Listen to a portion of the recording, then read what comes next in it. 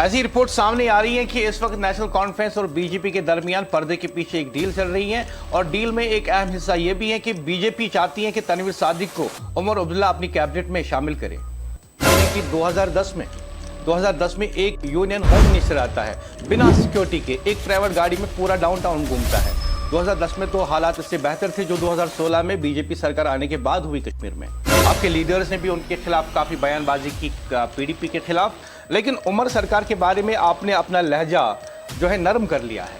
सरकार है, national conference और कांग्रेस की गठजोड़ सरकार है, लेकिन क्या इस सरकार का रिमोट कंट्रोल बीजेपी के पास है?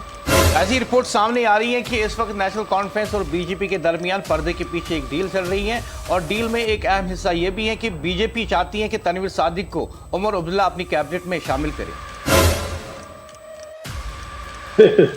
ये हमें बताएं, तनवीर सादिक साहब का हमारे साथ क्या लेना देना? उनके घर का मसला है, उनकी किचन कैबिनेट है, उनकी दाशीगाम की मीटिंग है, वो अपने घर को डिसाइड करें। और बाकी में तनवीर सादिक साहब बन भी गए तो बीजेपी का क्या भला करेंगे? लोगों का भला कर ले, वही बड़ा।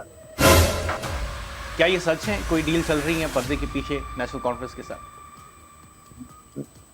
मैं वही तो कह रहा हूं कि तनवीर सादिक साहब लोगों के ही काम कर ले, वही बड़ा है। बीजेपी का तो क्या काम करेंगे, लोगों के काम कर ले, वही बड़ा है। कि आपके ख्यालात क्या है तनवीर सादिक के बारे में, कि अच्छा इंसान मानते हैं आप उन्हें? और वैसे भी अगर कैबिनेट एक्सपेंशन होती है तो आपका क्या ख्याल है, तनवीर सादिक एक अच्छे कैंडिडेट हो सकते हैं, एक अच्छे वजीर बन सकते हैं उमर सरकार में? देखिए जनाब, सिवाय टीवी पे एक दूसरे को जानने के अलावा मेरी तो कभी उनसे इंटरेक्शन भी नहीं हुई है। मेरा तो हर इंसान है, मैं बड़ा एक पॉजिटिव आदमी हूँ। मैं तो सोचता हूँ हर एक इंसान अच्छा है, तो हम तो उमर साहब को भी अच्छा समझते हैं। दूसरी बात है, उनकी अच्छाई भी कभी दिखाई नहीं देंगे आप कि आप क्या चाहते हैं कि वो कैबिनेट में आए या नहीं। 2016 में आप ही की हुकूमत थी, आप ही जो है पीडीपी के साथ हुकूमत में थे। जो 2016 में हुआ उसके लिए बीजेपी भी जिम्मेदार है, और बीजेपी जब हुकूमत छोड़ के चली गई तभी तो यहाँ पे हालात ठीक भी हो गए। कि 2010 में एक यूनियन होम मिनिस्टर आता है बिना सिक्योरिटी के, एक प्राइवेट गाड़ी में पूरा डाउनटाउन घूमता है। 2010 में तो हालात इससे बेहतर थे जो 2016 में बीजेपी सरकार आने के बाद हुई कश्मीर में।